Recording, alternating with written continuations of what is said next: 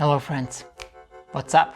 So yesterday I had a live stream where I was creating the artwork live, and I took this black and white image and converted it into this. Just look at this. Amazing. So isn't that crazy to go from this to this? Wow. Today I will just do a recap of what I did yesterday, so basically, and I will also put the link for the full live in the description in case you want to watch the full tutorial with all the steps after this quick process. Also, in case you're wondering why I have this sunglasses on my head, is because my hair keeps falling, so it's really annoying. And in case this is your first time here, my name is Fred. In the last 3 years, I have taught over 30,000 students how to create beautiful artworks and animations. These are some of the artworks from my students. Just look at them. So beautiful. If you also want to master Photoshop and learn how to create beautiful artworks and animations and access all of these crazy classes, how to create glitchy artworks, how to create 3D animations, how to create 3D lines artworks, just go to learnfromfred.com and start your 14-day free trial membership where you get access to all of the classes. With that said, let's go into Photoshop. So this was the original image that I started, and the first thing that I actually wanted to do is I wanted to make sure that the difference between this part and the right part of the face is not too big. Basically, I want to flatten it out. Right now we have here too much contrast, too much brightness, and here too much darkness. So what I basically did is I went to camera raw filter and I played with highlights, shadows, lights, and so on. So here, for example, if you look before and after, as you can see now the image is more flat. What I did basically, I increased the shadows so that they are lighter basically. I decreased the lightness of white, and again here I decreased the lightness of highlight, and I also decreased contrast obviously, and like this the image is now much better for the artwork. The reason I did that is because I want to start coloring the image one by one, because I want to make it colorful, and in order to color it I'm actually using here color balance layers. So basically the way it works is, for example, if you look here, this is color balance, which is responsible for the face, but let me just show you what I mean by that. So for example, if I create, let's say, color balance, and let's say I want to color the face, so the face is probably going to be like light yellow, pinky, reddish, something like that, right? So what I would do is I would just go to midtones, and I would actually, I would add a little bit of yellows here, there, violets, and when I do that now, as you can see, the image is a little bit more reddish, and basically we need to add colors. And after that I just take this mask, I invert it, and by using Ctrl or Command plus I, and now I can just take a brush tool, you know, with white color on the mask, and if I start drawing right now, what's going to happen is basically I'm going to start adding colors to the face. And that's what basically I had to do step by step. So for example, here if I just show you all the colors that I added, so let me actually start from the beginning. So for example, first of all I added like this reddish color, then I decided to, you know, play with the hair and I changed the color of the hair. Afterwards there was a little bit of, obviously the skin needs to be a little bit more colorful, so basically with different tones, and added a little bit of yellows, oranges here, as you can see, and then I also added a little bit of violet colors here on the left, and now it looks more or less like a normal skin tone. Well, not completely, but I also don't want it to make it look normal, because my goal is to create an artwork and it needs to be artsy basically.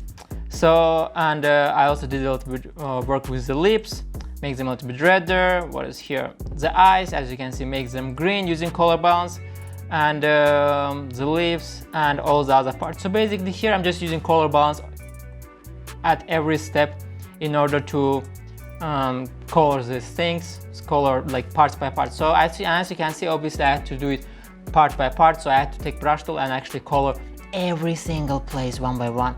And for example, if I go to the background, and let me just show you again in case you confused. So for example, here I have midtones and I have green color, and that's why I colored this green. So for example, if I make this purple, now as you can see it's going to be purple.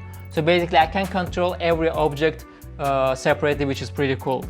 So next step was to basically create this type of texture here. What this is basically a separate layer of the texture only. So what does this mean? Let me explain it to you. If you look at this image, we can see the texture, you know, of his face. all the points and so on. And I want to put flowers behind his skin, so below the texture basically. In order to do that, I actually need to separate his skin, so the texture of his skin, I need to separate it from the actual face. I know, sounds crazy, but it works. And the way it's done is, first of all, I need to rasterize my layers that I have here, so that it's not a smart object. Boom.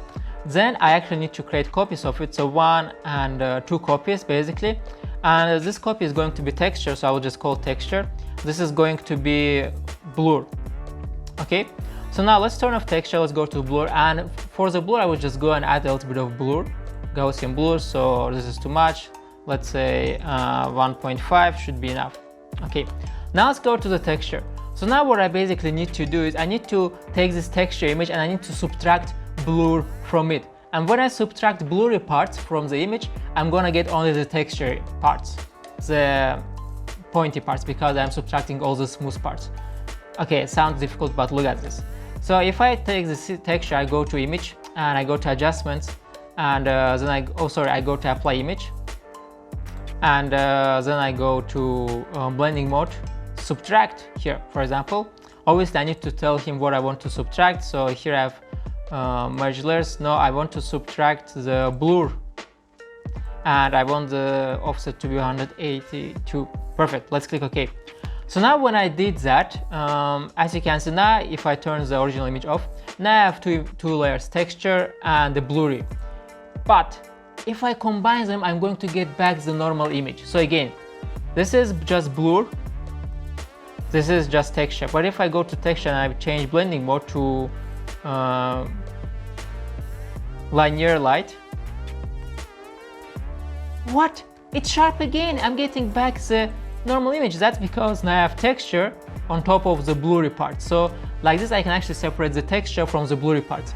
And that means that, let me just show you what that means. That means that when I put images below the texture, they actually look like they're actually on his face, under the skin. Just look at this. How cool is that? So for example, let me just show you as an example. So if I take this image and I bring him up outside, look, you see now it looks like it's just on the image. It doesn't look like it's under his skin like all the other ones.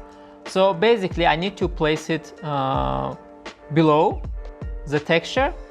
Boom. Now as you can see, we already see the texture of the face on the flower as well. And then I just need to change the blending mode to something, let's say multiply. Multiply works out pretty great actually. So and that's what I did for every single flower. So yeah, pretty cool, right? And I just forgot to remove this part. Sorry. So anyway, now when it's done, all you need to do, you need to go to camera raw filter and play again with colors. I will not show you this again because I already showed you camera raw filters. And boom, as you can see. Okay, let me actually show it to you. Okay, if you want to, because I hear you from the screen screaming, show this as well. So basically before, after, what I did here is I reduced the contrast to the minimum. I increased the haze, because when you do that you get pretty cool colors. So for example, you see, I decrease contrast, I increase the haze, and boom, beautiful. I increase the vibrance. Oops, no, not this. I increase the vibrance a little bit. And obviously I played with shadows, whites and so on, but that's not the main point here. The main point here is this detail, because actually if you look here, I increase noise reduction by 100%. What this does is it makes this look like a drawing. Look at this. You see how it looks like it was drawn? This is an image, but this looks like a cool drawing. So for example, if I go to noise reduction and make it 0, we're going to see all these points. But if I increase the noise reduction by 100%, it's going to be very smooth.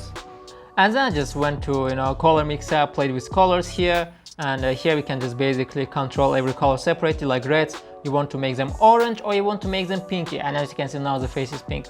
And I was just playing here with colors. Here if you look, the background, I can make it yellow, I can make it like cyan, and so on. Now next was to add this cool neon effect in the background. How was this done? Well, it's a secret, my dear friends, and obviously I will not tell you that because it's a secret.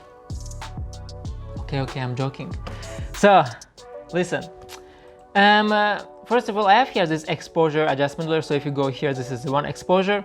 And when I created exposure, I basically made sure it's applied only to the background. So as you can see, I have here mask, and that's why it's applied only to the background and not the whole image. And so here we have exposure, and basically if I make it lighter, as you can see, it gets really bright, or I can make it really dark. And what I did, I basically made it darker, and then I actually had to add a gradient overlay to it.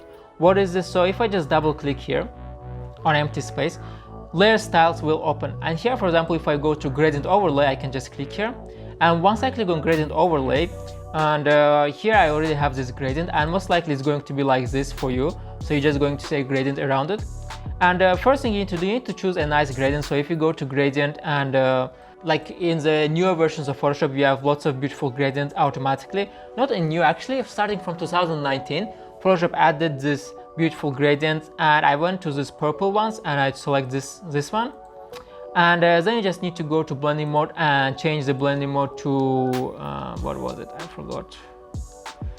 Screen color dodge. Yeah, it was color dodge. Perfect. And once you do it, as you can see now, it looks like beautiful neon colors. And that's basically it. So I hope this was useful for you, my dear friends. I will be hosting more live art processes where I will be creating artwork live with you. If you don't want to miss that, make sure to subscribe and turn on bell notifications so you can see the whole process and actually maybe help me along the way.